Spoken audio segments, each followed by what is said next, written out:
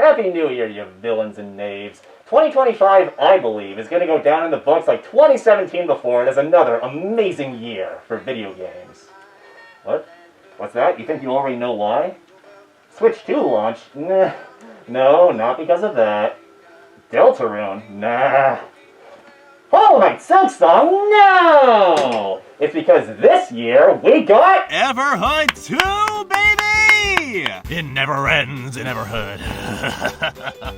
Released on March 4th of 2025, exactly 4 years after the first game by our friends, the Foreign Gnomes. Fans of this channel know that I have a bit of an interesting relationship with the first game in the Everhood series, which is what brings me here today, 4 years after my first review, because those who fail to learn from history are doomed to play Everhood 2. To recap, the original Everhood was a game of peaks and valleys, excellent music, stellar visuals, memorable characters, but arduous gameplay, occasional asinine battles, and a brain-scratching story. Oh yeah, and the Switch version I played had awful load times which compounded the other problems and ruined my night. Everhood was certainly a sort of cult hit type game. It's unconventional and objectively flawed, but all the cool kids like it anyway. One thing I neglected to mention in my original review is that Everhood felt like it was figuring things out as it went along. It must have been, when they began development, they still didn't fully know the story or where it was going, so they just threw in whatever came to their heads and then tried to have it all make sense later. This would be why the game felt like it had like 5 different final bosses, and why the story takes such a jarring left turn in tone after entering Act 2. The sense of build-up and pacing were completely screwed, and the story suffered from not being very well thought out. There was clearly a lot they didn't know going into their first game, and a lot of room to improve, which made me excited for the sequel. So let's boot this sucker up and say, oh god, here we go again. First, we have to name our character. This is an RPG, so what if I just name them...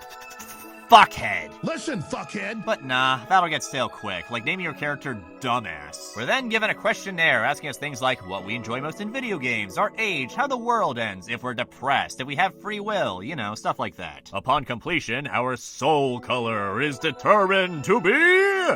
blue. In Everhood 2, you play as a light being. Yes, like that light being. Now, I'm the asshole. I have become a being of pure energy. Without paths! Depending on your answers at the start, your soul color can be either blue, green, or red, which affects some things down the road, but is mostly cosmetic. Speaking of cosmetics, interacting with this mirror allows us to change our look, and throughout the game you can find funny hats that you can wear too. It's incredibly hard to measure up to how iconic Red's design was from the first game, but I suppose it will have to do. The controls are the same as Everhood 1, including the feature where you have to double tap a direction to run. This was something I criticized in my first review because it made parts of the world clunky to explore, since committing to running in one direction meant you would keep getting stuck on objects and walls. So their solution for the sequel was not to change it to a run button, but rather polish the world with wider areas, fewer snags, and no overworld time trials? Huh. I approve. Your normal walking speed is still pretty brisk, so it's not a huge deal or anything. Hang on a sec, I know this cottage. This is Frog's place from Everhood 1. What happened to it? It's all nothingy. Oh hey, a hole. Jump in? Well, I don't see why not. At the bottom of the pit, we discover our first talisman, the stopwatch, which enables the newest mechanic of Everhood 2, Death Defy. When you're in a battle and you die, you will be allowed to come back to life and continue fighting, but only once. And I love this. This one little addition makes the battles so much more accessible on a first playthrough when you're still learning the game. It's a feature cut from the same cloth as your health gradually regenerating itself. It works to keep the pace going so the fun doesn't stop, and to great success. Upon snatching the watch, we are snatched by a watcher and begin our first battle. Everhood 2 makes a lot of innovations on Everhood's battle system, but first, the basics. Each battle puts you on a 5-lane track, and notes will travel down the lanes in tune with the music, which you must avoid. You've got your regular notes, barrier notes which can't be jumped over, wide notes to cover multiple lanes, and black notes which cannot be absorbed. Using your arm, you can absorb incoming notes of the same shape and color, but whereas Everhood 1 would cap at just 2, this game allows you to hold as many as you can grab in a row without getting hit. The higher your charge, the more damage you do once you choose to release the attack, creating an actually super engaging risk versus reward system. Do you let out a lighter attack because you think you might get hit and lose your charge, or do you dare the devil and go for that super mega death combo? It's ultra satisfying to bob and weave between lanes, trying to absorb as many notes as you can as efficiently as possible just so you can let out the super Kamehameha. Oh my god! Oh my god! Oh, but you can't do that in this first fight, which you are intended to lose. Either during or after the fight, you will be rescued by this purple raven named Raven, who is this game's equivalent to Frog from the last game, and brings us to the real tutorial. You press the absorb button to absorb a note, but you can also hold it down to absorb many notes in a row. Some notes will leave behind these new lightning trails for this purpose. The innovation on the battle system just continues to up the ante. Wavy notes return, which are actually worth 3 charges since they're so tough to catch. There are these uber charge notes that are also worth 3, prismatic omni notes, which can be absorbed for your meter regardless of current color, fast notes that go fast, skull notes come back, which can be knocked away for 3 absorbs, there's a Joker variant that bounces all around the track, and there's all sorts of other junk they throw at you that you can play with too. Also, every colored note comes with a distinct shape now to make the game more accessible for the colorblind, a very welcome change all around. Some enemies are even weak to specific colored attacks. But here's the best part, and you're not going to believe it, nearly every single battle in this game loops. They keep going after the song concludes. Yeah! Yeah! Huzzah! Hooray! 3 cheers! This was the biggest thing that I criticized the original Everhood for. In Act 2 of the game, every battle essentially puts you on a time constraint to slay the enemy before the track ended, which was a major headache. The reason battles just ended in that game was because you were unable to fight back during Act 1, so it was the only way they could. Therefore, when you gain this ability in Act 2 and start rematching the characters, they just left all of the old fights unchanged, even though they weren't balanced for the new mechanic. It was also the slight issue that many of the tracks were pre-existing songs from outside the game, meaning they were not structured with looping in mind, and so they didn't bother for the most part. But that now lies behind us, as thou canst go to thank the dawn, for now we know the jank is gone. Battles now give you experience points to level up, which increases your health and attack power, so Everhood is like a real RPG now. Save points have also been tweaked. You see, Everhood had multiple routes, endings, and some missable content, so you were able to save your game to the 3 slots at your leisure. Everhood 2 only has 1 ending and a post-game, so this feature was nixed. Your game is saved automatically, and the save points activate just by going near them. This can be annoying occasionally because sometimes you don't want to save, and many of these save points are placed in spots where you can't get past without activating them. Darn it! You know, Confucius once said, if a video game has an autosave feature, you should have the option to turn it off.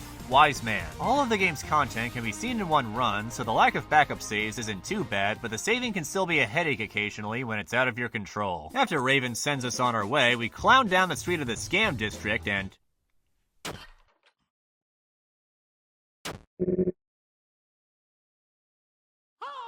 Irvine? Yes, the very same rat from that one Easter egg in the first game is here in the second. And guess who's inside the pub? It's Sam from Everhood's New Game Plus. It would seem that both of these characters, who cameoed in the first game, were being saved for the sequel all along. Irvine's entrance is a cool introduction to their radical character, while Sam is just kind of standing there. Sam only gets a cool intro scene in another world, because curiously, the color of your soul determines where Raven sends you first. This was a major shock to me as a Blue Soul player, because the Scam District and Neon Jungle feel tailored to be the very first area. It has the easiest enemies, is the most revisited setting, and is where you meet Bobo. Right now, they're kinda absent-mindedly sat here, just sort of chilling next to the final boss. It's kind of bizarre that 4 of the most important characters in the game are sort of just right here, after trading your truffles, schmuckles, and Mac dollars around until you have... oh my god, you land on the next route. Every encounter in Everhood 1 was scripted, so it's kind of a big deal that Everhood 2 has regular enemy encounters, all with unique songs too. Though they don't respawn after you beat them, so no grinding for experience. Some of the chests give you XP though. At the end of the jungle, we retrieve our first power gem and are welcomed by a familiar face. After we imbibe of the wicked elixir, we are met with the horrible, black, icy, eternal abyss. Jump in. Well, the holes are holes. Say, we crossed the 4th scripted battle a while ago. You know what that means? Oh yeah, it's gnome time. Everhood's psychedelic visuals were the defining aspect of the game, and the sequel is no slouch either. Everhood wants to take you on a frickin' trip, man.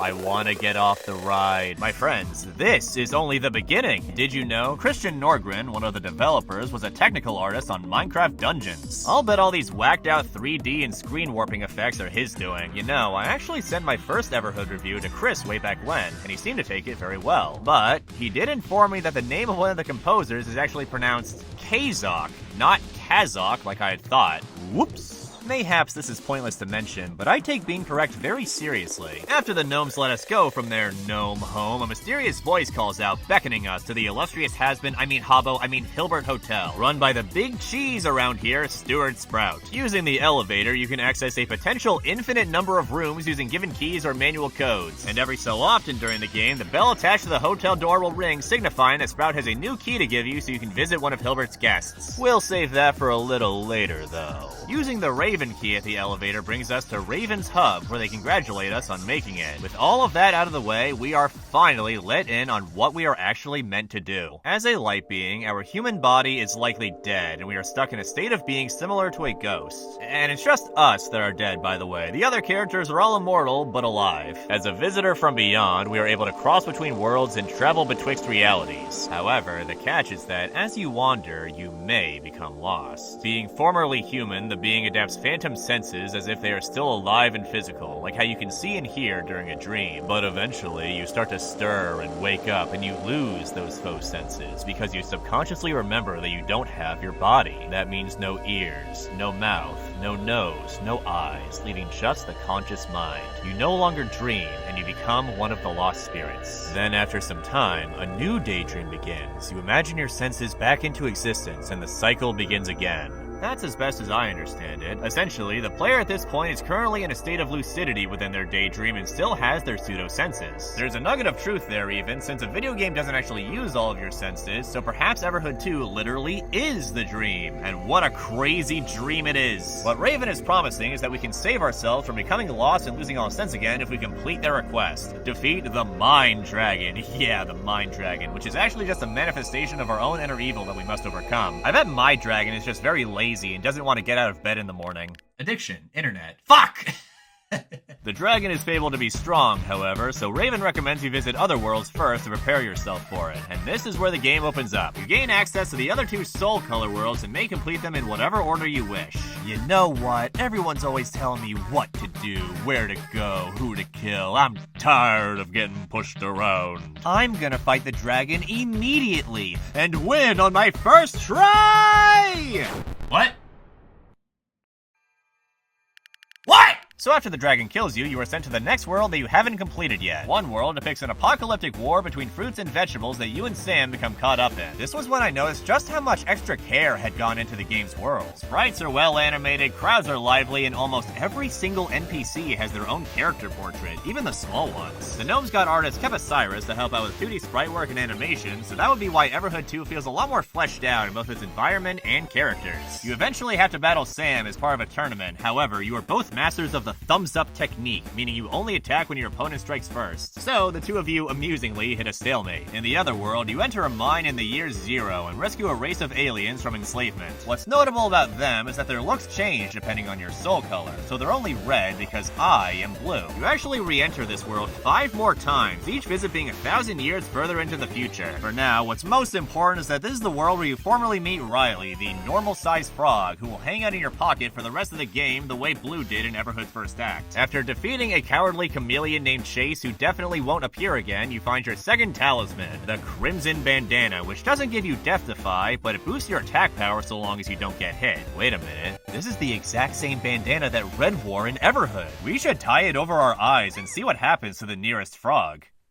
Time for another attempt. On the other side of the dragon's door is none other than the Mirror of Truth's room from Everhood 1. This is what will expose our inner darkness, you see. Our hubris, our gamer's rage, our unwillingness to accept defeat. It'll reveal it all and throw it back into our face. Alright, let's talk about it for real now. The dragon is insane!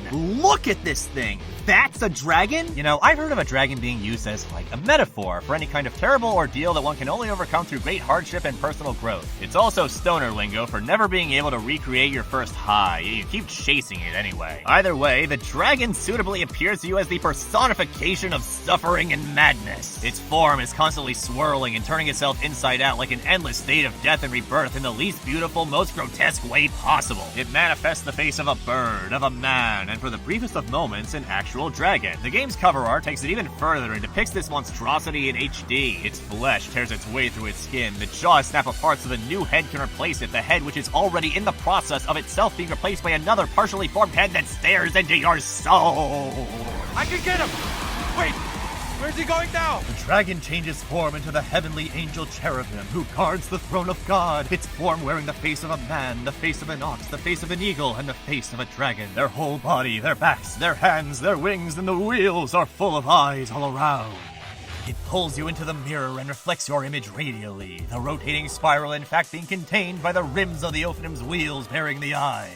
Could these reflections mayhaps not be reflections at all, but rather a single image as viewed through the multitude eyes of the wheels all at once? And that's just phase 1. The dragon is ruthless, and every loss carries a severe punishment to teach you a lesson. Remember the autosave feature? Well, that actually works against you in this fight, because you are unable to reload your save after the dragon beats you. You'll just be trapped in whatever world it sent you to. And some of them, you can't always exit immediately for another attempt. If you are not prepared to fail, then do not brute force this encounter, because the harder you try, the harder you fall.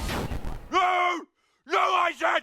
I am your father! Put it back on! The next world the dragon banishes you to is the most surprising one. It's ours. We're back on Earth, but no one can see us. We're merely a spirit, after all. Something is odd, though. Are these really humans? Why are they pink? We're not still in Everhood, are we? Let's see. One of the Hilbert side quests takes us to a human party, attended by many homunculi and, bizarrely, some people from real life. Mongol warlord Genghis Khan, Swiss psychologist Carl Jung, and Russian mystic Grigory Rasputin apparently all discovered how to abandon humanity, time, and accept immortality. All of whom are depicted with bright magenta skin. But wait, if all humans are like this, then why didn't Reese and Professor Orange from the first game have pastel pores? What, are they wearing makeup? Is this the upgrade that Orange thought their body needed? Fake skin? In the first game, it was explained that the humans who discovered Everhood had opened it up to the masses so they could taste immortality. But these humans still get old, still get hurt, and can still die, so I don't believe they have any connection to the entities. Earth is also the only world where there are no battles. The point of this section is that you can choose to either kill or not kill this musician in front of an audience of people. If you show mercy, the vagabond mystic Hansma will give you your third talisman, the bead bracelet, with the lowest cooldown on Death Defy and a damage boost when attacking with purple casts. Purple being the dragon's weakness. But actually, screw the bead bracelet. In the next world, the laboratory, you get the clover, the best talisman in the game, since it allows you to occasionally ignore damage you take, preserving your precious combo. And yes, both of these items make the stopwatch practically obsolete. Of course, if you want to challenge yourself, you can just take your talismans off. Also hiding within this place behind the meat locker, you find the blacksmith, who accidentally creates an overpowered katana for you, your first weapon besides your fists. The design philosophy is clear. If the dragon is too formidable, then the game sends experience and items your way to better your chances. And that's the lab. There's nothing else here that we need to talk about. No, sir. There's not. Seriously, we're leaving. On our way out, we can find the Hilbert Hotel code for the Battle Coliseum run by Double D. Well, I see you stumbled upon my collection of misfit failed inventions, Nosy Parker. I've archived these disasters to remind me of our misguided attempts and learn from past mistakes. You said it, Ed. You can refight any enemy in the game at your leisure and rack up those high scores. On the computer version, your scores are even shared online so you can compete for dominance. Huh. You think they would have all been claimed by now? Well, I guess if nobody wants these records, I'll take them. At the center of the area is the arena, where Double D throws some brand new battles at you for rewards. First one is Joan of Arc, keeping with the theme that all of the humans who've reached Everhood have some connection with psychedelics, philosophy, or enlightenment. You're barely human anymore. Well, I'm sorry that I died. Jeez, not all of us can abandon humanity, time, and accept immortality like you, Joan. You think I'm happy that I'm gonna go blind in death eventually and start wandering between dimensions as a lost spirit? Huh? Yeah!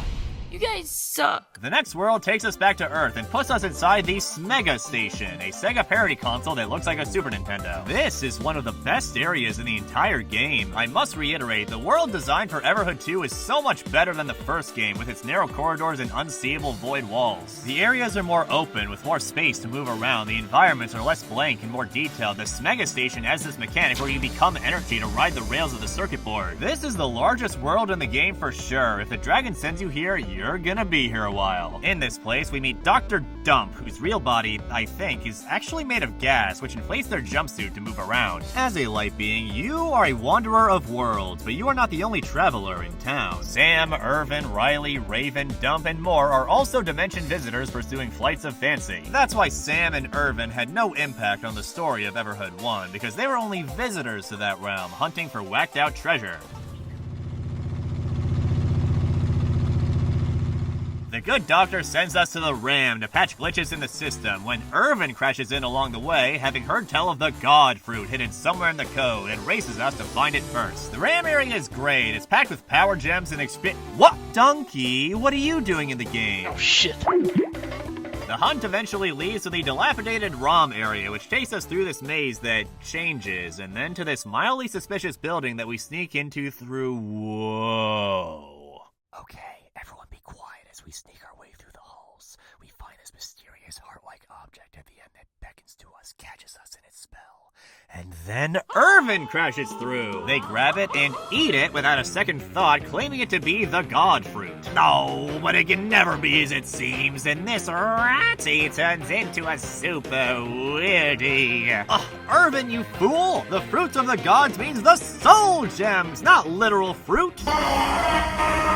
Due to the rat carrying the plague, we must chase and restrain the reckless Irvine, and so far, sans the dragon, Everhood 2 has been a very comfortable experience. Not only has the combat been improved, it's also tuned to be far less difficult than Everhood 1 was. Not to flex, but I played the entire game exclusively on hard mode, so when I tell you that Everhood 2 is easier than the first game, you know I mean what I say. The challenge does also kind of bleed with every level up, which increases your health, the main difference between difficulty options. Late in the game, it doesn't even feel like hard mode anymore. Anyway, after the battle, Irvine barfs up the parasite and D-Dump contains it. Irvine shows humility and thanks us wholeheartedly for saving them. Cause remember, the beings of Everhood are immortal, and being possessed for eternity while being unable to die from your affliction would be a very special hell. It's, you know, it's kind of a nice moment. We came here to get stronger and found a budding friendship along the way. With the SMEGA world cleared and the door back to Raven open, we are finally ready to confront Dunkey in his room. Oh my god, it's really professional games enthusiast video game Donsley looking mighty sharp in his new suit. But why is he in the game instead of playing it? You see, Dunkey thinks he's too cool to play Everhood 2. He'd rather play Animal Well on his SMEGA Genesis. What kind of donkey brain produced that game, I wonder? Big mode. How creative. Aw hell, what the fuck are these controls? Hey, Dunkey, what the fuck are these controls? I don't know. They fucking suck. You're not supposed to pick up the mines. Shut up, donkey. Look, I'm a busy bee. I'm gonna hand the Switch to Mercury so he can play while I go kill the dragon. Now I know what you're thinking, but dumbass, how are you gonna continue the review without the Switch? Well, don't you scrubs worry. 2025 was the year of sequels. The katana and the bead bracelet are designed to strike at the dragon's one weakness, and the SMEGA Station's purpose was to beef you up with level-ups and power gems. But honestly, who needs them? Bitch! Oh my gosh! Told you I could do it! Second try! Second try! Second try, baby! Second try! Second try!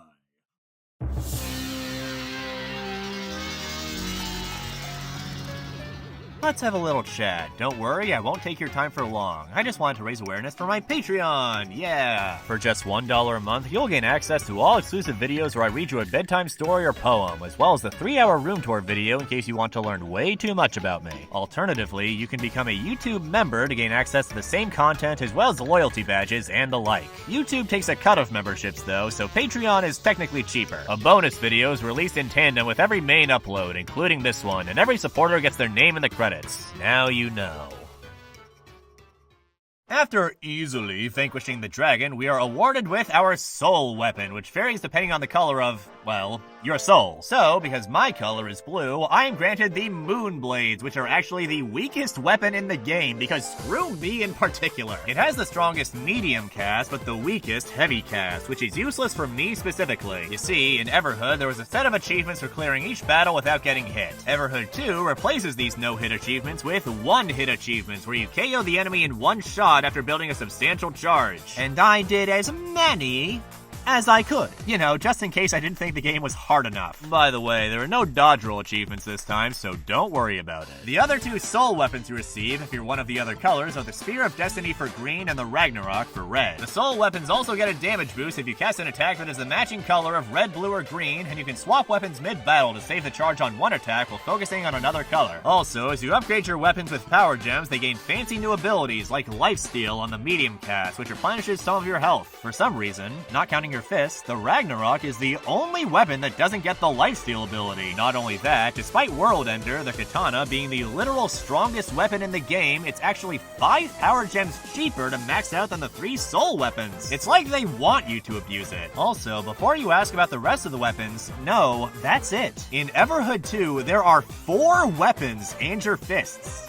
Really? No weapons that specialize in yellow, orange, or brown notes? You have the 3 soul weapons and then the katana sticking out like a hangnail. Your arsenal feels weirdly incomplete. Anyway, with our soul weapon in hand, Raven congratulates us on overcoming our deepest-seated trauma, and we can now move on to our primary goal. Vanquish the root of all evil, the shadow that had been haunting us throughout the entire first act. Meanwhile, Sam and Riley were just kind of chilling out on the couch behind us and listening to Raven prattle on, so Sam gets up mid-spiel and calls them out for being overly dramatic. Stay out, Sam! Look, would you guys stop calling me cringe, please? Like, this is between me and my friend Shadow here. Like, we're trying to hash some stuff out. If you could maybe butt out. I don't even know why you brought you guys here. This is, like, embarrassing for me. Just then, Irvine struts in and says they've just found out how to reach Pandemonium, the sickest shindig this side of the hood, and invites us to ditch Raven and come with. Raven, meanwhile, suggests we not be distracted by worldly temptation and come to the Mushroom Bureau with them to restore our voice. So, you can choose to either enlighten yourself or go partying with these 2 interdimensional hobos. You know what? Yeah, I think I want to... Oh. It would seem Raven insists. Saving my soul sounds like work, though. Let's, go bellhopping instead. There are 5 Hilbert Hotel room service quests that periodically become available. The first one is the Human Party, where you emotionally devastate Rasputin with your dance moves in the dark of the night. There's a cute section where you play this 8-bit game on the SMEGA drive, which is simultaneously a piece of subtle foreshadowing as well as a big callback to Everhood 1. The track in this game is HD, and your character is 3D, but the SMEGA goes back to the pixel art aesthetic that the first game's battles had, even down to controlling a character that resembles Red. Also, a green beast that plays ugly tricks on poor fools? That probably means nothing. In the next quest, we arrive at the VIP lounge to walk in on Bobo, sat with their— what the hell, my legs weren't even moving, who sat with their harem of slimes whom they have non-consensual sex with. The Fiend! Bobo, born yesterday, Bobo, greets us and offers to discuss business over a drink. The cocktail of choice shall be a swig from the Elixir of Truth. Wait, the Elixir of Truth? Bobo, no! I have special eyes. That's what happens when you interrupt my nap. Bobo gets cranky. You sniffed too much Flex glue, and now all he can see is Martians. Now that's a lot of damage. Yes! Intoxicated. Looks like a big old smile. After calming down the dragon, the Komodo dragon, this probably irrelevant green slime is dragging us away from that nightmare lair, and we'd live to see another party. On our way out, the mysterious voice that beckoned us to Hilbert calls out to us again, and is revealed to actually be Cazok, the composer. The gnomes got to play with us last game, soon it will be his turn. The next room is an art gallery of sorts, filled with, what else? Art. Check out this one. Why is Mr. Simpson pink? Well, why is Mr. Simpson yellow? Because it looks like there's something wrong with your TV set. Sometimes a small tweak in what we find familiar is all it takes to change our whole perspective. The Simpsons made everyone stop to adjust their TV sets, but the picture within was never broken. Everything else around it was. Do you believe that this image tells us nothing? Well, what if I told you it is not the picture that is silent, it is the viewer who won't hear it. We raise inquiry because we want the real world to cater to our unique perspective on reality. When we receive no answer, we are left with no other choice but to accept what we're seeing for the way that it is. After a while, we no longer question why the Everhood humans are pink, or why every character is genderless. They simply are. When your subjective perspective perfectly matches the objective reality, that is when you become Homer Simpson. Despite his overwhelming flaws, Homer has managed to reach a state of modern-day enlightenment. His childlike ignorance has liberated him from the rat race and the cult of work. He somehow exists in total harmony with the frustrations of 20th century life. In a world where everything has become so nauseatingly complex, Homer represents a return to simplicity. He goes to work, clocks in, and gets paid to do nothing. He is essentially stealing from the most evil man in town, and he doesn't even question it. Homer, I don't use the word hero very often, but you are the greatest hero in American history. Sometimes the best way to fight the system is not to rebel against the system, but to exploit the system. The real question here is, why is this Chris Norgren's profile picture on Discord? Mayhaps this smart fellow will have all the answers. Terrence McKenna. What I am hoping for, and what I actually see happening, the birth of a new kind of humanity will soon take place, but there is still a lot of decisions to be made. How violent is there has been a failure of moral courage? The failure is perhaps most evident in our own community of the artists. In a way, it's the poets that have failed us, because they have not provided a song or some kind of vision that we could all move in, because the artist has not articulated a moral vision. Moral vision must come from the unconscious. It doesn't have to do with that art's main task is to save the soul of mankind, and that anything less is dithering while Rome burns. It's because the artist or some other select person is able to journey into the other. If the artist cannot find the way, then the way cannot be found. We connect the notion of the good, the true, with the beautiful. Then use psychedelics to empower the artist and go into this vast dimension that surrounds human history on all sides. The dull mass that rationalism has given us are nothing more than whistling past the graveyard of the bad little boys of science. You only need to avail yourself to the shamanic tools to rediscover a nature which is not mute. Nature is not mute, it is man who is deaf. A meme is the smallest unit of an idea. Ideas are made of memes, and I think the art community might move them into a new level of creativity. Am I insane if I talk to him again? It's quite intriguing to force yourself to see a world from a new perspective, isn't it?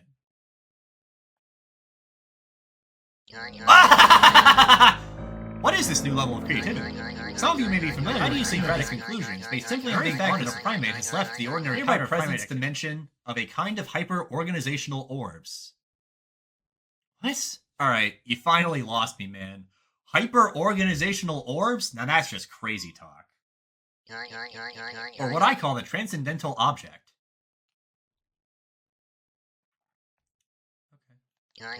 It is quite intriguing to... Okay.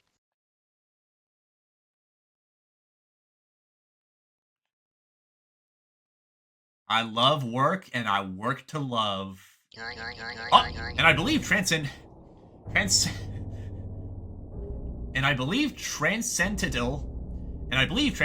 object is casting an enormous shadow over the human historic at the height of the practice of the Eleusinian mysteries. You have anticipation of the dark God of the individual artist in the society which he or she is working to connect with the fact that human history is an adventure, and this adventure has a number of startling reverses and sudden quant shifts that are very difficult to anticipate, and that we are coming up on one of those, the civilization that was created out of the collapse somehow in the singing of mind-altering songs in the rainforest, and the tremendous hyper-metallic transcendental off-the-planetary flash of mushrooms in the teaching of the self-transforming machine elves.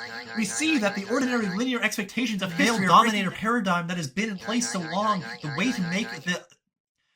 to make the this birth process smooth, come on! The way to bring it to a conclusion that will not betray the thousands and thousands of generations of people who suffered birth and disease, migration and lonely death, so that we can be here. Redeeming of the human enterprise all lies then in helping this thing come to birth.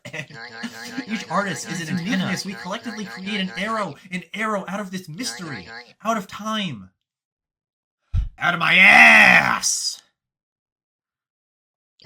Perhaps even out of matter that will redeem even the idea that man is good. Redeem the idea that man is good. This is the promise of art, and its fulfillment is never more near than the present moment. So the next room takes us to Snusket Town, which is very quiet because squirrels have destabilized the economy like they always do. There are only two outcomes here. Either I crawl out of this with 2 skinned knees, or...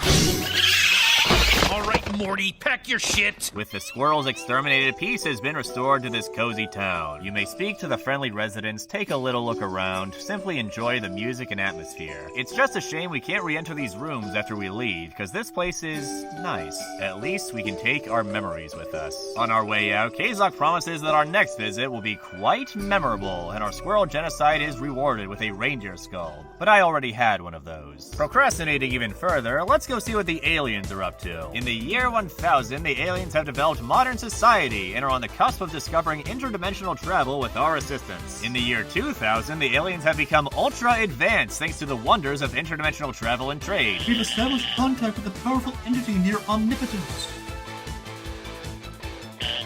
This is the God Machine! However, shocker, the God Machine turns evil and kills everyone, and catches us in the spiritual successor to Everhood's Incinerator. After we predictably perish in the Blitz, the God Machine kicks us out of that dimension.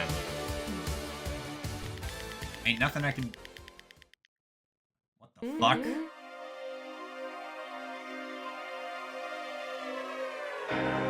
What the fuck? Impossible. I didn't let you out. It would seem that my attempt to delay this discussion was merely folly, and we will have to put the alien plotline on hold. Alright, if there's one thing you know about Everhood 2, it's probably this. Lucy, an antagonistic entity in the game designed and animated to be as provocative as possible. Blatant profanity in my Christian video game? Scandalous! Do I have to analyze this? Oh, if I must. As uncomfortable as it is, and as difficult as it is to admit, I think the gnomes may be onto something with this character. This isn't the artist's poorly disguised fetish, or the developer's very unsubtle character design. The way they move feels very intentional. It's not just that Lucy is sexy, they're actively trying to arouse you through their movements and poses. During the battle with them, this even has a gameplay purpose, since if you're too busy staring at Lucy, you'll probably get hit and die. Using sex appeal to distract you? Insidious! Thus, Lucy represents the danger of temptation. They seem alluring, but no, snap out of it. That's a gross slime monster. Don't fall for the trap, they only want to hurt you. Don't do Lucy, kids. They reveal the ugly side of drug use, that it's not just parties in bright colors. Withdrawal symptoms are nasty, and addiction is a cunning temptress. Just one beer couldn't hurt. You've earned it after today. You haven't done it in so long. It won't count as breaking that streak as long as you don't go too far. Hey Irvine, I got a hot tip on this cool frickin' fruit being hidden in that video game console. You should go look for it. Are all thoughts that a Lucy might plant in the mind to lead you astray. Recognize the trick. Do not relapse. Do not listen to the siren song.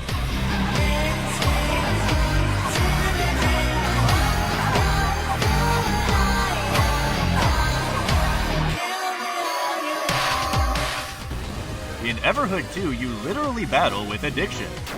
I should restate at this stage that every single character in this game is non-gendered, just like Everhood 1. Well, except Cazok, because he's a real person that just sort of walked into the game. And Dunkey too, I guess. It's a little odd, though. I could easily accept it for all of the original characters, but what about Rasputin, or Joan of Arc, or McKenna? Those were all real people that we know a lot about, you know what I mean? Is this an effect of abandoning humanity, time, and accepting immortality? I do wonder if this rule applies to the humans on Earth. Could it be that Everhood is not a place, but a state of being, man, like childhood? Regardless, if a character is ever referred to as a man or a girl, just ignore it. Everhood's genderless rule is airtight. And bear with me here, this also applies to Lucy. This character that you are looking at right now is not female, just woman-shaped. For you see, as a slime, they can realistically take the shape of anything, and chose this form specifically to mess with you.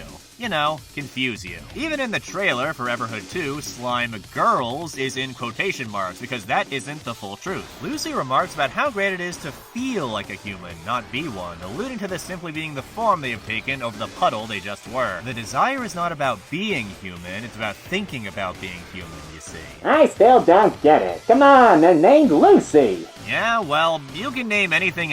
Your axe could be named Lucy. The name actually derives from the psychoactive drug LSD, also known as acid. Lucy becoming a widespread nickname for it after the popularity of the Beatles song LSD Lucy in the Sky with Diamonds. Picture yourself in a boat on a river.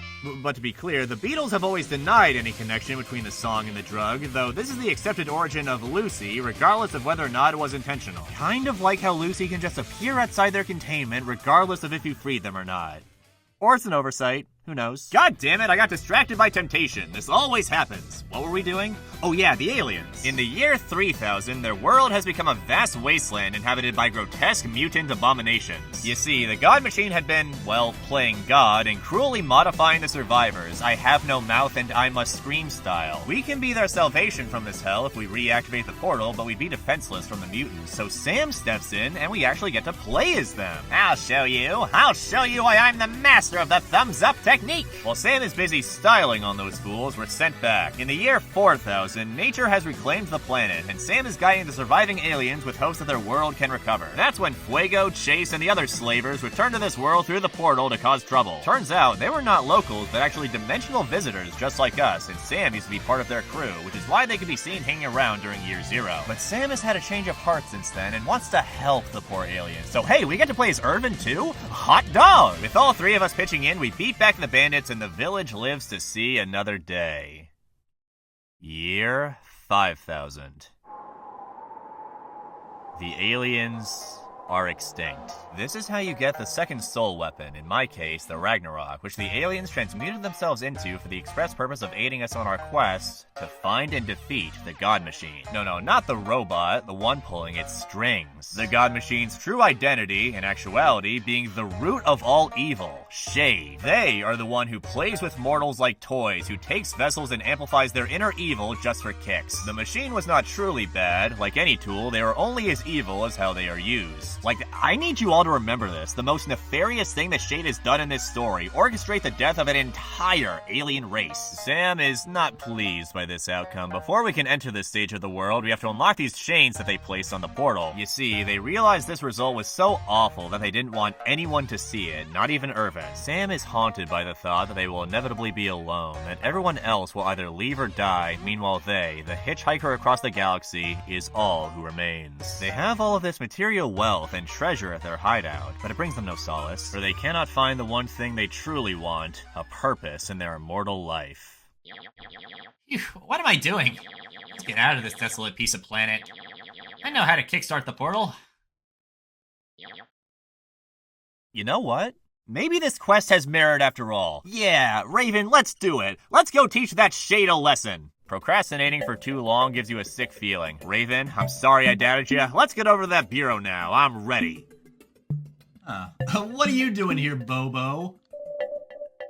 What are you doing here, Raven? We are looking for the Mushroom Bureau. Where is it, you clown? Oh, the Bureau. Great place. They didn't like it when I got on the table in my birthday suit, double-wielding beer bottles to escape the dragon chasing me, so they threw me out most rudely. Then they took the building, and they pushed it somewhere else. I don't know, man. Maybe if we follow these mushrooms, we'll find... Oh, here we go. Wait a minute. The entrance is a giant mouth, presumably for the magic mushrooms to go inside? What did they mean by this? In the belly of the Bureau, we are greeted by Sprout, who separates Raven from us for the time being while we complete the task ahead. Claim either the sun insignia, or the moon insignia, or both, and pass through the door. Sunroom first.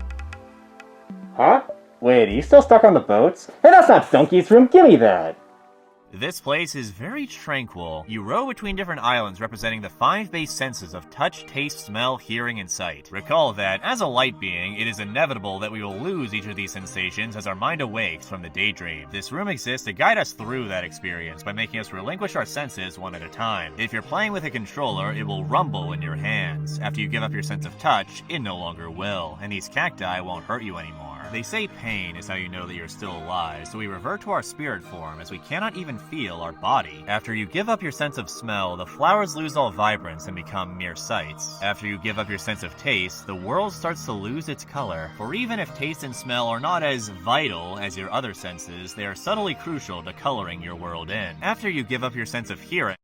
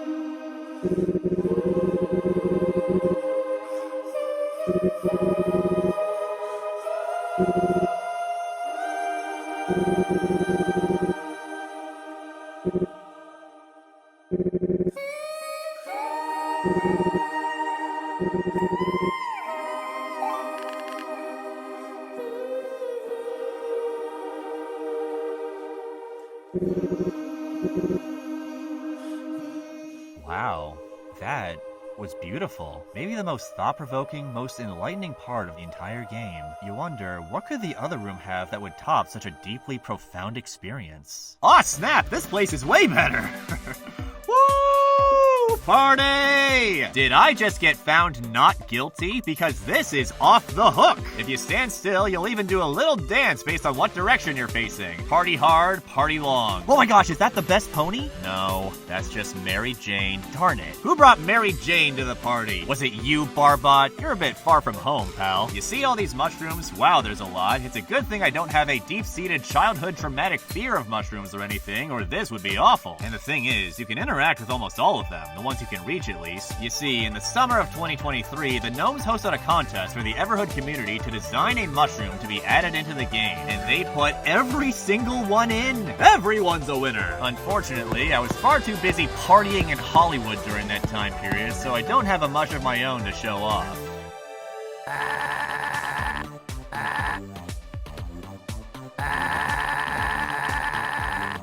Haha! Did you forget? Everhood is a place out of time. Deadlines don't matter! Time is an illusion. The universe is a hologram. This is my video and I can do whatever I want!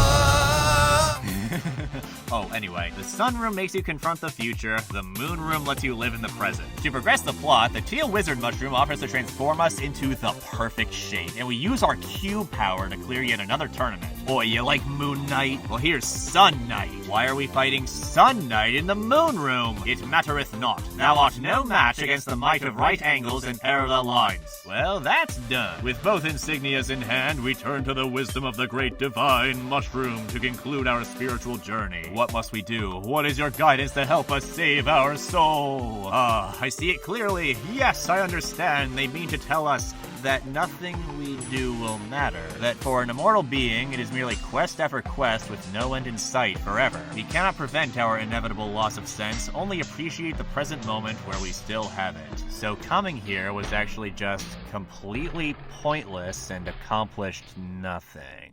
We aren't closer to vanquishing the root of all evil, we didn't get our voice back, we haven't broken free from the cycle of dreams and senses, all we got was a death coin. You see, this is supposed to be the part of the story where it's revealed that Raven had actually been deceiving us all along. They don't care about Shade or helping us, they simply believe that if a human soul came with them to the Mushroom Bureau, then they could get something. They never actually had a plan, they only sought to feed their own ego, to keep up the facade of the wise, all-knowing Raven. Because if Raven wants to shoot as high as defeating the freaking root of all evil, that makes them seem super important and righteous, and not just some random pleb who plays video games with a cat, a rat, and a frog. Raven is pretentious, basically. That's the character. They act insightful as if they have all the answers, but when confronted with real insight like the Divine Mushroom has, they're like, what the hell is this? This doesn't make any sense! And just sort of reveal themselves as a fraud. The revelation that Raven doesn't actually know what they're doing seems to be the takeaway from this, but it is very poorly explained. In my first review, I criticized the characters of Everhood 1 for non-stop spouting cryptic bullshit during Act 1, and they're doing the exact same thing here. But the Everhood 1 characters had a reason to be mysterious. Whatever twist they're trying not to reveal here, they never actually get to. We seriously don't ever learn what it was that Raven expected to get out of all this. I'm supposed to feel betrayed by Raven, but I can't because I don't even know what they actually did to us. They got my dumbass into this? Into what? Shade's line of sight? Shade was coming after us before Raven ever intervened. In what way are we worse off because we met them? What should be the part where they tell us what's really going on is just vague and bewildering. The game was so willing to hand out exposition during the Aliens arc, so why is it suddenly piping down when it comes to the main story? This here would not be the last example of a part of Everhood 2's plot leading straight toward a brick wall. Well, if the entire quest didn't matter, then at least we have no reason not to go partying with Sam and... Ah, crap. Or we could visit Lucy in their room at the Hilbert Hotel with the promise of a reward. Oh, goody. What have we gotten ourselves into? Ack! A giant woman. Everhood 2! Lower age rating than Deltarune, by the way. Just because Deltarune has mild swearing in it. Oh, man. I mean, could you imagine if the characters in Everhood 2 swore? Ridiculous! So, what? The reason Lucy was able to appear out of nowhere, even if you never freed them, was because they were all offshoots of this bigger Lucy? Is that how it works? One slimy fight later, I level up, and Lucy gives us our final item, the Duality Talisman, which allows you to activate Death Defy twice per battle. And that's the end of Lucy. This whole character, who had the menacing presence and the thematic music to be a potential major antagonist, just ends in an optional boss fight. Why were we instructed not to let them out if there are no consequences? Maybe something changed during development, but it just feels strange how much this character was built up only for the climax to be so limp. In we go to Irvine's pocket dimension. Whoa! The third dimension. Hey you! Are you too good at Everhood 2 and beat the dragon on your second try? Yeah, I am. Well, no worries. If you missed out on going to the lab or SMEGA worlds, you can access both of them from Irvine's pocket dimension. This also makes you realize that going to those worlds actually has very little impact on the game's main story. Like, you could go the entire game without stepping 1 foot near Lucy's bottle, and all of their cutscenes would still happen anyway. You know, it just wouldn't be Everhood if there weren't a drastic change in the scenery at some point. This is the place between dimensions that the light beings are said to straddle, hence the many lost souls stuck here. We battle with negative thoughts, my personal mind dragon, and then murder an intergalactic space-time police officer who was just doing their job. What happens if we go over here? Wait, I just walk right through this mountain? Oh my. Check me out. Wow.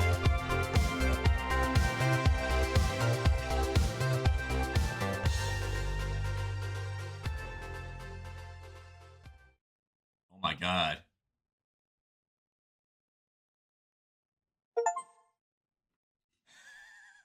Venture beyond the bounds of reality.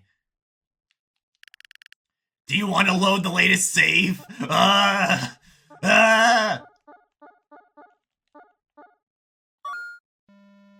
Oh, what? I'm back here? No! You can't do that. No! The portal takes us to a tropical island. Who's that? Don't worry, that's just Irvine's friend. They're the one who gives them their portals, you see. Unfortunately, there's this red mist covering the land and zonking out the locals, so we need to banish it by climbing Death Mountain!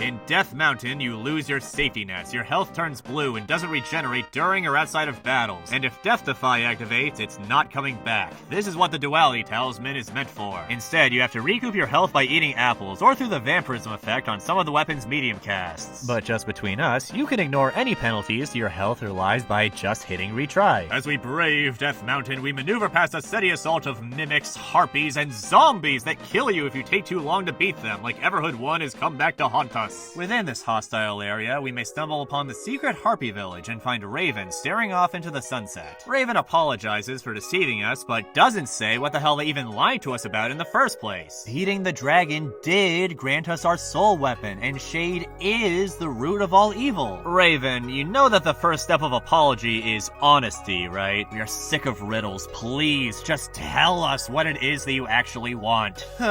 Even though the whole root of all evil quest is out the window, Raven asserts that they are under the control of Dmitri, the being in charge of the lab world who's associated with Bobo and who tried to stop us from meddling in the aliens world. At the end of Death Mountain, there's a boss fight with a native scientist who fights us with their giant robot, and after one-shotting the thing, it releases Lucy's long-lost sibling, Molly, who violently reveals that Dmitri was actually controlling the poor islander. Wait, so that guy was the root of all evil? No, of course not, Raven. You can't control Shade. They're the one who pulls the strings and makes them ring. Anyway, with the machine destroyed, the red mist is no more, and the Free Tribe wants to repay us by granting us an audience with God. God? But in the Everhood world, that could be like a dozen different characters. There's the gnomes, Cat God, Cazok, Bobo, Buddha, Dmitri, Charlie, God Machine, Homer Simpson, whatever the entities are, and Shade especially. Why do we need to meet God? We probably already have.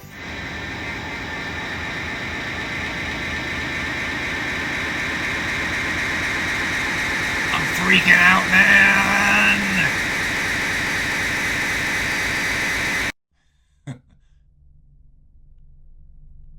Doctor? You're the boatman, aren't you?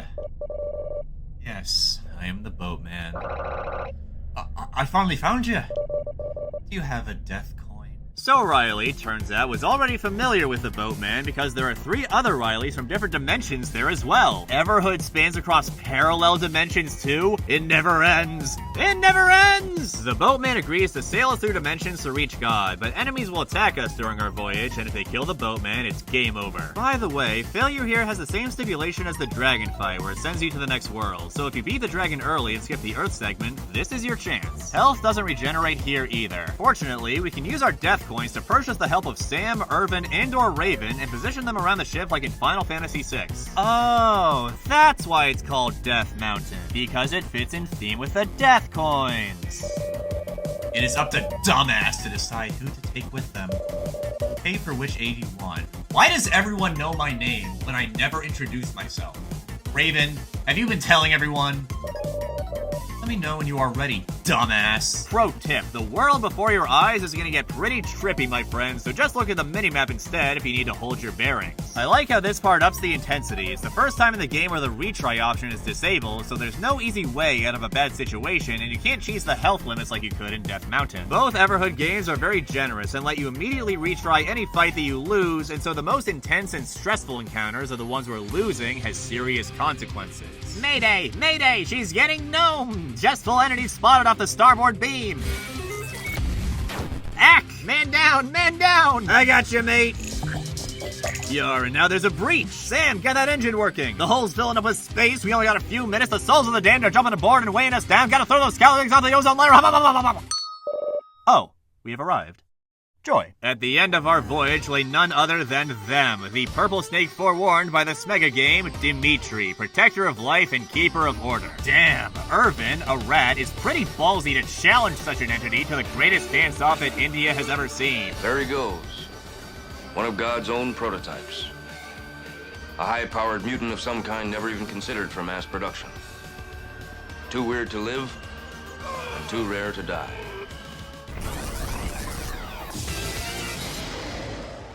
So, shocker, Dmitri isn't God, just really cool and awesome, and this, right here, was merely the tutorial. The real voyage to reach God actually lies within Pandemonium, because there's too much plot! I'm getting sick of this, look at how long we've been stuck in the summary stage! So many things happen in this game that I feel I need to go over to establish proper context, but ultimately it's all bullshit! Dmitri isn't the big villain like Raven said, Lucy has no impact on the larger story, we just sort of forgot about Shade, and Bobo is here for some reason. What the hell? You won't be doing any of that. Your god-slaying endeavors end right here. What's going on here, Bobo? A wild ride approaching, pal. You see, there's certain obligations a god has to do, and that is to take care of the trash.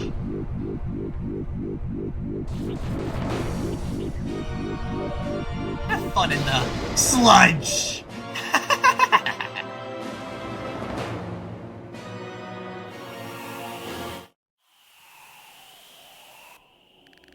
No way. Friends, we just got sent back to Everhood 1. It's all coming back. The Technodrome, the Mushroom Forest, Midnight Town.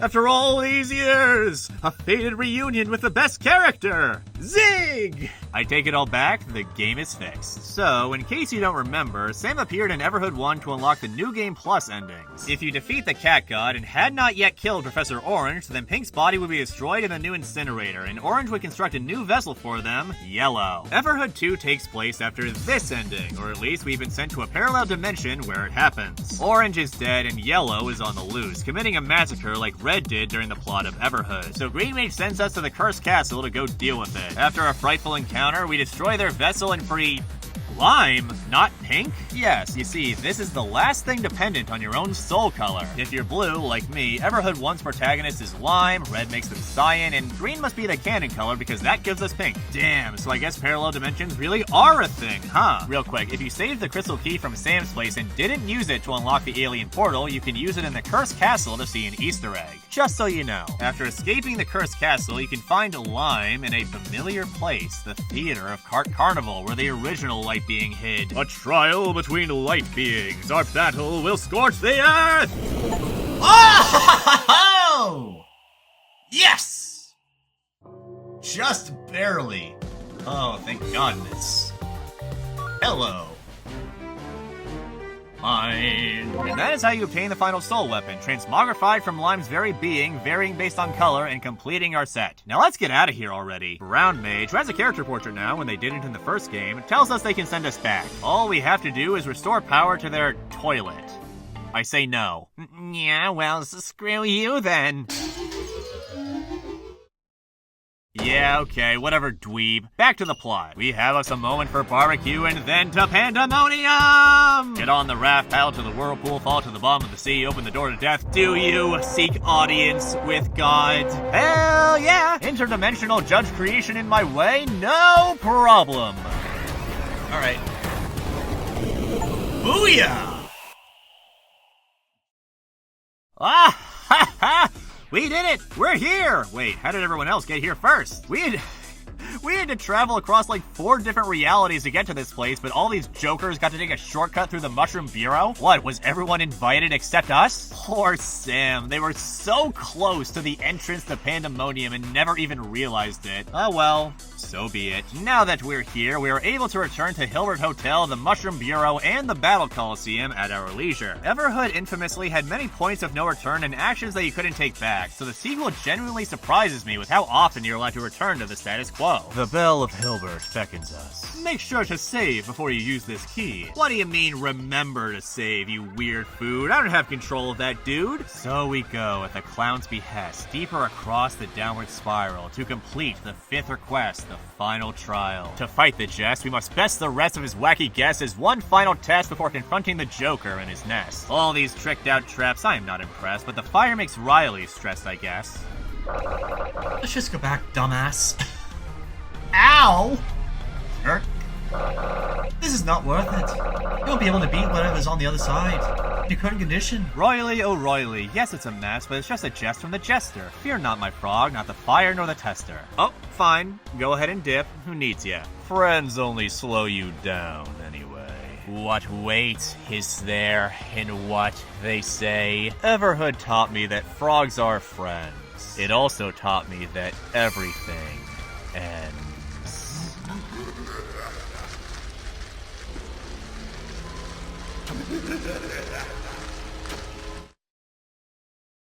Aw, you jokester, ha, you got me. There he is, Cazok, the one who the gnomes approached to have some of his music used in Everhood, only to immediately fall in love with the game and compose some original hits for it as well. How miraculous it is, the way a butterfly can flap its wings to knock over the first domino.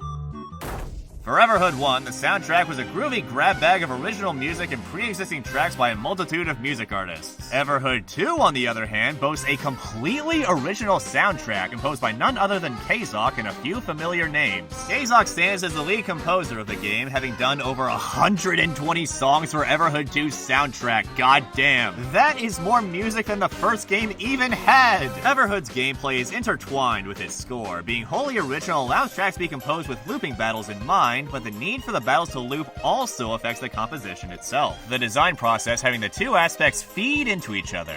Needs, seed, and feed, formerly chucks.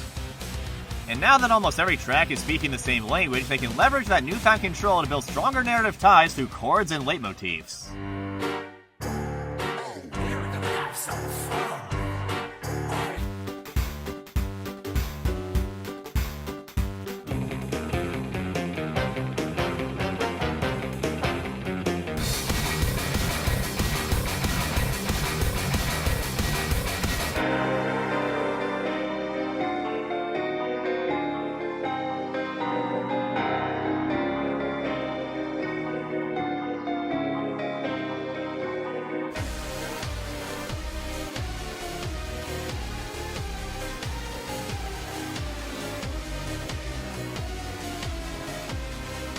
Blue Moth comes back too, albeit in a much smaller part, composing only 2 new songs for the game. Her other tracks, Neko Soup, Scratch and Sniff, and Squid Jazz, aka Sam, Irvine, and Green Mage's themes, are all reused from Everhood. On that note, Cazok actually composed a completely new theme for Irvine titled Irvine's Theme, which fits in so naturally that I didn't even realize it was ever different. KMEXP and Dance Floor's Lava also returned from Everhood 1 with some fresh battle themes. Stuart Keller is a new composer to the series and did many of the atmospheric overworld themes, like the Cozy Frost Village, the Secret Harpy Village, and Lucy's Room. KMEXP and Keller are the most active composers behind Cazok, each doing a little over 20 tracks to fill in the gaps in the OST. In the first game, the bulk of the music that wasn't pre-existing was handled by developer Chris Nordgren himself. And do you want to know how many songs he got to contribute this time? One.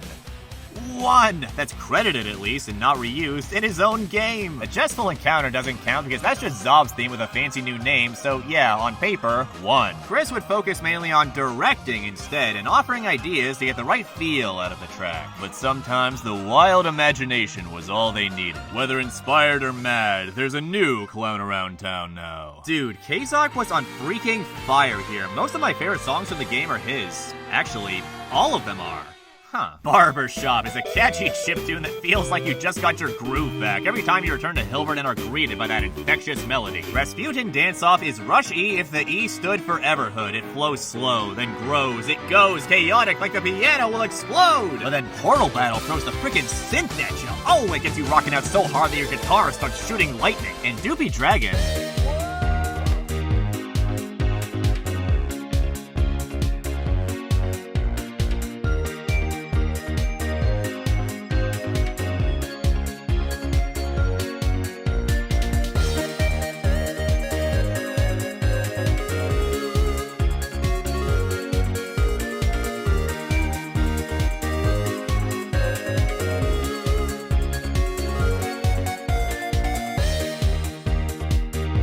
Now I feel silly.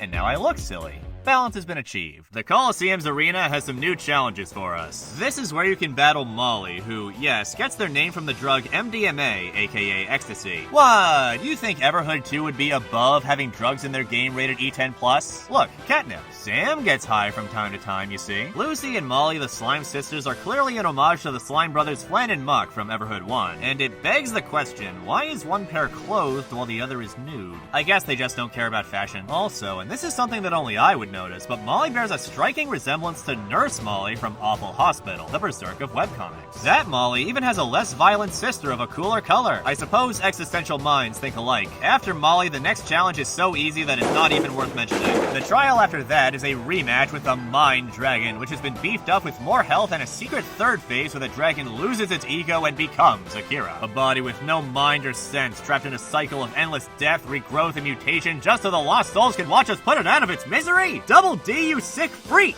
Don't look at me. I already live with enough guilt. May as well cover this now. After you beat the game and return to the arena, there will be some more battles unlocked that were added in a post-launch patch. You see these weird open spaces in the hall? Those are there so there's room for future content. The first one is a dance-off between every single one of the submitted mushrooms, with a new random one taking their turn after each hit, meaning that the possible permutations this battle can take are practically infinite. In the next bout, we challenge fan-favorite Everhood character, Zob! Zob says no, and we win via forfeit. The seventh and final opponent, let's just cut to the chase. It's not this walrus chap.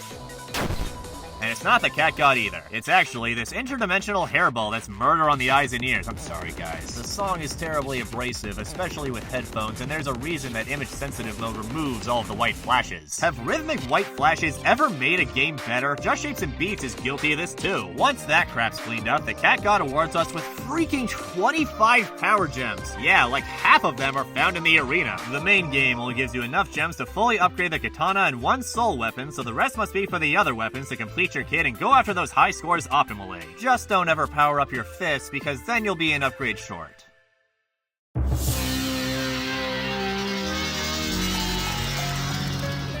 Do you enjoy the sound of my voice? Do you appreciate song covers? Well, that's what the Whisper series is, which I do every year on Thanksgiving. It was originally meant to be a one-off thing, but then I got a comment saying it was a weird way to celebrate Thanksgiving. So that made me think, wait, is this how I celebrate Thanksgiving?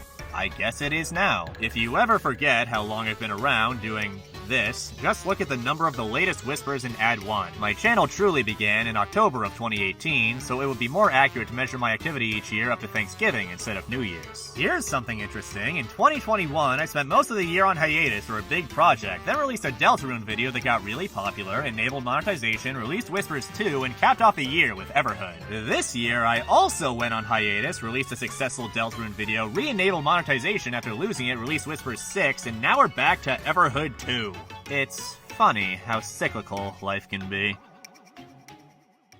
Man, Pandemonium is such a party! And after you get your second death coin, you unlock this room with even more mushrooms to groove with. It truly never ends, the party never stops, and you cannot escape the beats. But there is more to be done, sadly, and we must venture beyond the party and into the final push to the ending, this game's Act 3. You know, I think the story kind of twisted itself into a knot here. Our goal was to reach Pandemonium, and we were told to meet God because they knew where it was. Now, we've reached Pandemonium, so why are we still looking for God? Just for fun? Raven says the path leads to the root of all evil, so maybe that's it. But why would Sam and Irvine listen to Raven, though? To reach God, we need to travel with the boatman again, but this time, Zob, Chase, Stuart Sprout, and a save point from Everhood 1 can help us too. Zob becomes playable, like Sam and Irvine, but the poor bastard can't fight, so the enemies just kill them on contact. Why did Raven even summon you here? Chase will show up during battles to do some chip damage, but this has the side effect of ruining your attempt at the one-hit achievement, so even on my side there is screw-up. Sprout will... and the save point will create an aura of healing for you. Oh, and Raven will give the boatman more health. You purchase their assistance using your remaining death coins. However, Irvin's mysterious friend Everin suggests we not use any. For if you give a character a death coin, they may, well, die at the end of the voyage, because you have to die to meet God. I do not know why they even tell you this, because going it alone doesn't change a thing. Sam and Irvin still arrive at the end with you whether they paid the ferry or not. The boatman sections are cool because the overall themes play uninterrupted during the battles, which makes it all feel very dramatic. But then they ruin it during this one because they throw some old enemies into the fray who break the pace by using their unaltered tracks and note patterns. It feels like the section keeps pausing itself just to refight Broccoli and Rasputin. There isn't even a part with a timer or anything, so the tutorial is ironically more tense than the real deal. What's this? Your boatman has evolved into Machine Buddha! It looks just like the one from Dr. Dump's lab. Oh, speak of the devil. After some hiccups, the dock gets the nav working, landing us in...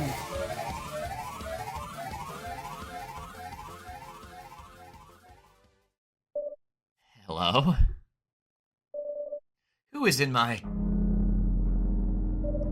Chambers of Secrets? What the? Wait, these are the addiction paintings from McKenna's room. What? We're back at the Hilbert Hotel? The first boatman section led us to Dmitri, the being of order, so then this one leads us to Bobo, the being of chaos, the lauded jester god. Bobo is kind of a confusing villain. The odd thing is that Bobo doesn't get an introduction scene like Sam or Irvin or Raven. They're just sort of there. They don't really leave much of an impression on the player and just seem like a hapless throwaway character. So when Bobo is mentioned in the lab or appears during a serious scene, your reaction isn't, oh no, Bobo. It's, what?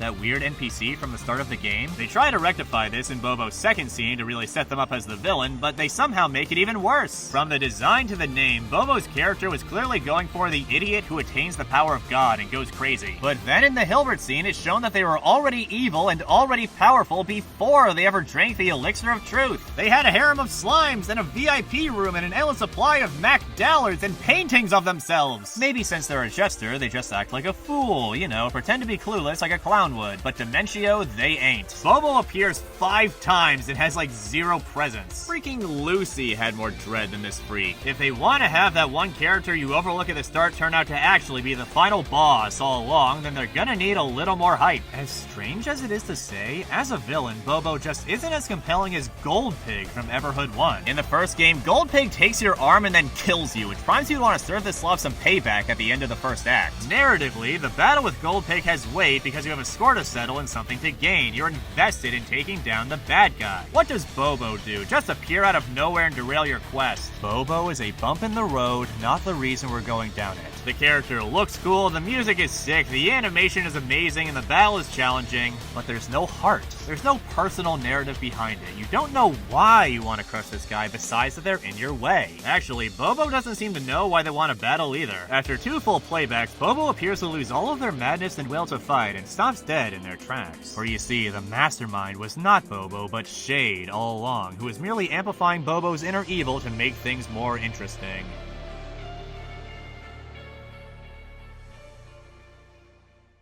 So, our voyage was kind of a failure and the party crashed into Bobo's place. You know, the more I think about it, this whole boat sequence thing starts to sound like a metaphor for a group drug sesh. You pass out the acid patches, death coins, to everyone who wants to take a trip. It starts off tame, but then it gets more far out and psychedelic as it gradually kicks in. You start seeing aliens and ghosts, man, and talking vegetables who are all trying to stop you from meeting God by hurting Machine Buddha! But then you literally crash and it becomes a really bad trip. Irvine tries to walk it off, but they overdose and die. Sam becomes paranoid from the hallucinations and gets really freaked out, so they bail on us to go sober up and return to reality. The other characters don't fare much better. Zob is really out of it. They're just staring at the floor. So we're about to go confront Shade, right? And this may be surprising, but this is the end of these characters. The best thing about Everhood 2's campaign is Sam and Irvine. These two stick by your side throughout the entire game, starting as strangers, then fellow travelers who cross your path, then you eventually grow familiar enough that they become your friends. Everhood 1 was very lonely. Your only companion was Blue, who went away as soon as they got their legs back. Knowing that cat burglar or that party animal would always have your back is reassuring, even in dire circumstances. All this talk of collective consciousness and death and the ego doesn't actually matter in the end. We didn't set out to go to Pandemonium so we could meet God and slay the root of all evil. We wanted to go to Pandemonium because that's where our best buddies wanted to go. To the player, they're important, so whatever's important to them is important to us. And that's where the issue comes in. The game has worked hard to build a strong connection,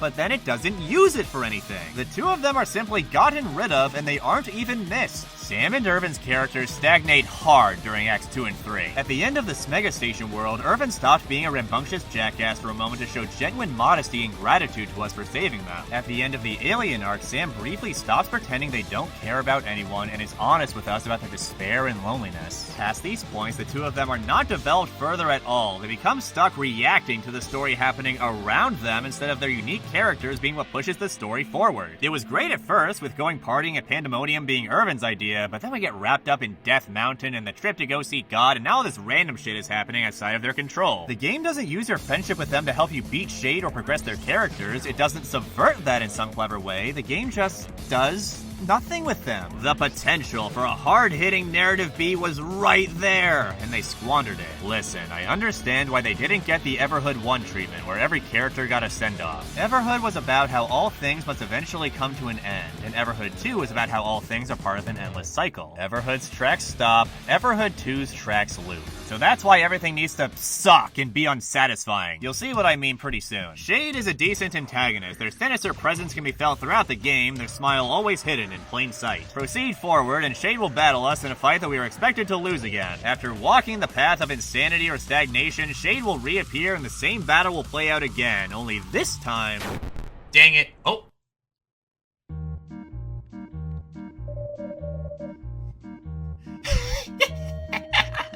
You should see the look on your face. Holy tone whiplash, Batman. What, now the root of all evil is just hanging out with us? LMAO. It was just a prank. No hard feelings about that world I destroyed, right? What the heck, and now we're playing Farm Simulator together? This isn't even a trap to make us forget about our quest like a villain would pull in any other story. We really are just growing tomatoes in the sim. This is ridiculous. Come on, you gnomes. Didn't an old man ever warn you about the dangers of too much irony? After the game crashes, we find Shade reflecting on the painting The Beginning, calling back to the teachings of McKenna. I hope you were paying attention during their speech because it was actually very important.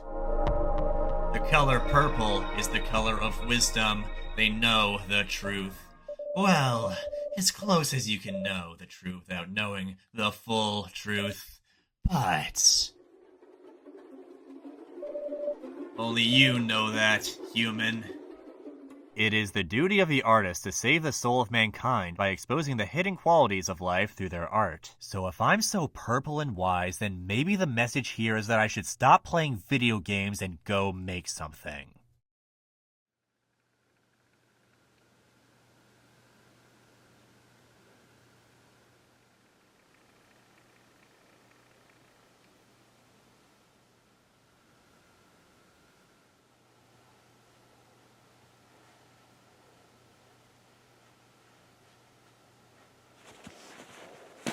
I need a little time to think. Here, why don't you take over for a bit? Okay.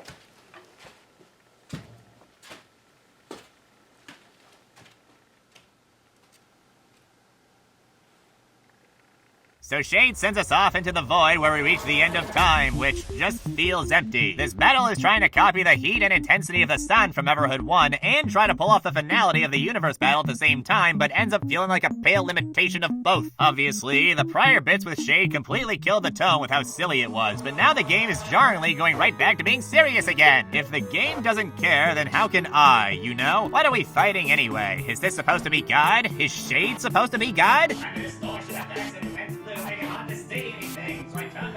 Didn't take you for a purple-bellied coward. You're afraid of making some little art project. In the end, you don't have to prove yourself. This fight represents an issue echoed throughout the game. Almost none of the battles have any emotional weight because nothing is ever set up and conflict keeps appearing in random detached ways. The dragon, remember the dragon? That was the best fight in the game. And the reason for that, you see, is because it was properly built up to. Completing the starting worlds before making a first attempt at the dragon is suspenseful because you don't know what it looks like yet, so you constantly wonder what you're in for. Then when it beats you, you become emotionally invested in eventually overcoming it, which is why it feels like a triumph when you do. But when you have gameplay for gameplay's sake, however, the narrative experience suffers. We aren't battling this black hole because it's the natural peak of our personal journey thus far. We're battling it because it is there. Bobo is like this, Dmitri is like this, Lucy is like this. Sure, these are fun fights because they are challenging, but ultimately, what am I getting out of them if I'm not bonding with these encounters in any meaningful way? It needs to be said because the battles in the original Everhood weren't like this. There were tons of memorable and impactful battles there. Whatever happened to fights like Rasputin that weren't just a fight with a new foe, but an anger-drenched damnation of everything you set out to do that makes the resolve waver? Or the final battle with Green Mage, a lively and intense showdown of skill as a merciful send-off before they die? Or the Lost Spirit's Revenge, where the weight of all of your actions are placed on the scales the characters that you betrayed fighting each other over who gets to kill you first? Or everything about the universe fight? Why are Everhood 2's battles so hollow and impersonal? What about the impactful journey of accepting that one day you and everyone you know will be dead? What are we actually getting out of this narrative? It's like a fan that won't turn on because they forgot to add the power outlet. It just leaves you to wonder how they could forget something so crucial. The battle ends with who gives a shit, Shade doesn't care, why should I? There's a credits fake out, we're teleported to some stupid place and nothing is different about us after we killed God, so we just stand there like the dumbass we are.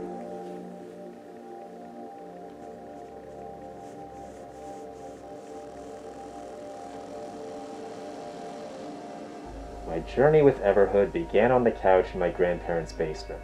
I must not forget. Zen. Everything will go according to plan. Love. L-O-V-E. R-E-R. Okay. You should take a breather. You have been through a great ordeal. Take some time to reflect. It's your own choice, but highly recommended. The game's been saved. I think that the story is about to take a fucking nosedive. We stumble forth to find the door of the cat god. To open the way, we need the emerald, ruby, and aquamarine, like in the first game, which conveniently already exists within the 3 soul weapons. If you're missing one, well, you don't want to know. Now it's just us, the new god of light, and Shade, the old god of dark. Throughout the game, it's established that since Riley is small enough to fit in our inventory, everyone always forgets they're hanging around. So then we make it here, and this leads to the twist that we accidentally brought Riley to Shade because we didn't notice they were with us. With Bobo out of the picture, leaving no more puppets for Shade to control, they claim Riley as their newest toy, who becomes filled with evil and takes over Everhood. Riley, would you kindly tell me what the hell is going on here? My old friend! It has been quite a long time since you were here. Let me introduce myself. The name's Frank Fontaine. I almost gave up on the idea you would ever return. By the way, Irvine and the others are completely fine. I guess they just needed some water. The finer details of what happens next don't actually matter. This epilogue feels like a weird non-canon event and is beneath my respect. By this point, Sam and Irvine's characters are out the window. They don't have any complexities to explore. They're stuck, reacting to the plot again. You see, we have to fight Riley because Riley is bad and we don't like them anymore. Let's go fight Riley! We are with you. Yeah! We sure are. Riley's turn to the dark side doesn't mean anything. It barely even feels like a betrayal because we know that it's just Shade behind everything, which is even more confusing because we don't care about defeating Shade either. So the whole thing is just baffling and contrived. Riley was written way too sincerely to be a lame twist villain. They don't even say anything along the lines of, "You've been a sport, so I guess I owe you a little honesty. Reaching the root of all evil was my plan all along. You were just the muscle I needed to get there, kid." Was the foreshadowing supposed to be that they were always looking for the boatman? But everyone wanted to ride with the boatman. Side note, where are the other Rileys? They just went poof. The story doesn't even go the angle of, the root of all evil is controlling our friend. We gotta rescue them. No! Sam and Irvine see Riley and are like, "Riley? Screw Riley. All of my friends hate Riley." Irvine, of all characters, should know how it feels to be controlled and forced out of their right mind. The conflict lacks any sincerity because everybody is completely oblivious to Shade's existence and blames everything on poor, possessed, out-of-character Riley. This should be the final straw. We love our friends and now Shade has taken one of them away from us. They have crossed the line and this should be what motivates us to finally push back and defeat them. But they don't do that. We get a pointless battle with Everin, a pointless scene with Lucy, a completely necessary part where the gang gets lost in hell, and then Riley just suddenly dies mid-battle, ending the game on a massive anti-climax. Why? What did we get out of all this? Why does this game never put anything in context? No wonder nobody understands it. I don't. And that is the most scathing remark I have levied against this game. Shade, quoting McKenna, puts it clearly, if the artist cannot find the way, then the way cannot be found. If even I, who has analyzed this game more than any sane person ever should, cannot find the reason nor the rhyme, cannot find the meaning nor the answers to these questions and express them here, then I must accept that they simply cannot be found. There isn't some mythical lore detail we all miss that fixes everything. This is it. This is the reality. Alright, I'm getting off my soapbox now. Here's the thing, right? Individual pieces of the world and story are smart, but the sum of its parts is a blocky mess. I hate to make this comparison, I truly do, but the way this story is put together is how freaking Y2K, the pretentious RPG, structures its narrative. First you have a simple goal, then you fall down the rabbit hole, now what the hell? How do we get here? This has nothing to do with where we started. Payoffs aren't properly set up, built-up elements don't lead anywhere, it tries to rewrite its own plot, character arcs, if they exist, are left unresolved. It's like a story made by a crazy person. Instead of trying to make every element work together, they just kept adding and stacking ingredients recklessly until eventually we have a weird-ass sandwich where the only things the start and the end have in common are the bread. What I'm trying to say is that Everhood 2 is a game that talks a lot but says very little. It's a strange case though, because it doesn't quite match my personal definition of a bad story. For those, I see narratives riddled with plot holes, poor implications, characters who are complete idiots. You know, like Everhood 1. Everhood 2 is not bad. Really, the many issues I've gone over are the result of poor pacing, messy structure, and a lot of contrivance. That's why it's easy to feel that something is missing, but not so easy to see what it is. The rust running deep inside, the gears of the machine. The story is not bad, it's just really weak. Ultimately, the first Everhood's narrative was more flawed, but more powerful. Peaks and valleys, remember? Everhood 2 could never pull off a twist on the same level as the player character is a genocidal maniac after returning to full power. After Riley pops, we have one last talk with Shade, which reads like a conversation with the developers. Shade draws the world, they write the characters' dialogue, and they add drama to the story because they just want to show the player a good time. I mean, it's a little weird that Shade is being treated like a self-insert when Everhood already has author self-insert characters, but okay. In a meta sense, none of the bad things Shade has done actually matter because it's literally all just a game and it stops being important the moment you cease suspending your disbelief. Everything we were ever told was all just hooey to fulfill one simple desire. I just love battles. These 4 words are the answer to the entire game. Why conflict is continually pulled from the ether, why the plot is just set piece after set piece, why characters keep making up reasons to fight you. It's all just an excuse to throw the player into new battle scenarios. The gameplay doesn't exist to tell this story exists to give us this gameplay. You know, part of me does have to wonder if making the story more traditionally structured would remove some of that Everhood charm. Like, even though it flies in the face of basically everything we are led to expect and believe about Shade, The farm simulator bit is very funny. Everhood is unrestrained. The developers can do whatever the hell they want and no one is gonna stop them. One moment, it will be taking you through psychedelics and deep philosophies. Another, it'll have a character whose portrait is just a pixelated image of a real shark and ask if you play Fortnite. Not taking itself so seriously constantly keeps the game light and fun, but then again, crashing the tone by being silly all the time was also a problem with Y2K. The true final battle is with Shade, but not as a climactic finisher between hero and villain, rather a friendly dance-off between developer and player. The only two entities that could truly be called gods in the world of a video game. For what is a video game if not a conversation between these two parties? Yeah.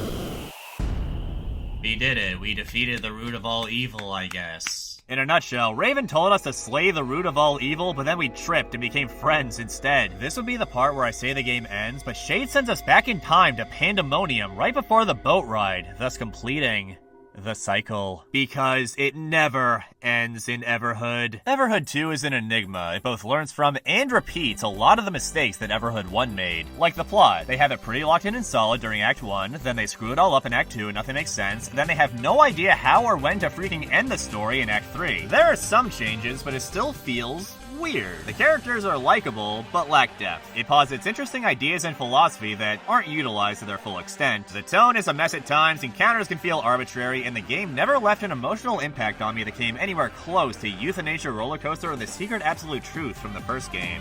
So, is it better than the original? Well, after deliberating on this a while till my deliberator was sore, I must conclude that FUCK YES! There is an ocean of difference between the first game and its sequel. Everhood and the four gnome devs get my vote for most improved. The plot is a mess and the characters are freaking clueless, but you know what? The story can be whatever it wants. The gameplay has been drastically upgraded and that should be celebrated. In some fights, you enter this beautiful flow state of pure gameplay where the world around you and its troubles just disappear in the moment. As you meditate, your mind is emptied of everything that's not the game while your hands seemingly move on their own. And when daring to trounce the enemy in this game, my friends, nothing can replace the high and satisfaction of the one-hit kill! Yeah! I'm only so harsh, because I do care about this series, and I want it to be the best, you see, that it can be. But the way the game guides you through its narrative isn't up to me. Everhood is a roller coaster, and you're just along for the ride. As much as I critique, the truth is that something magical has already happened. They did it. They did what every developer can only dream of. They made a fun game.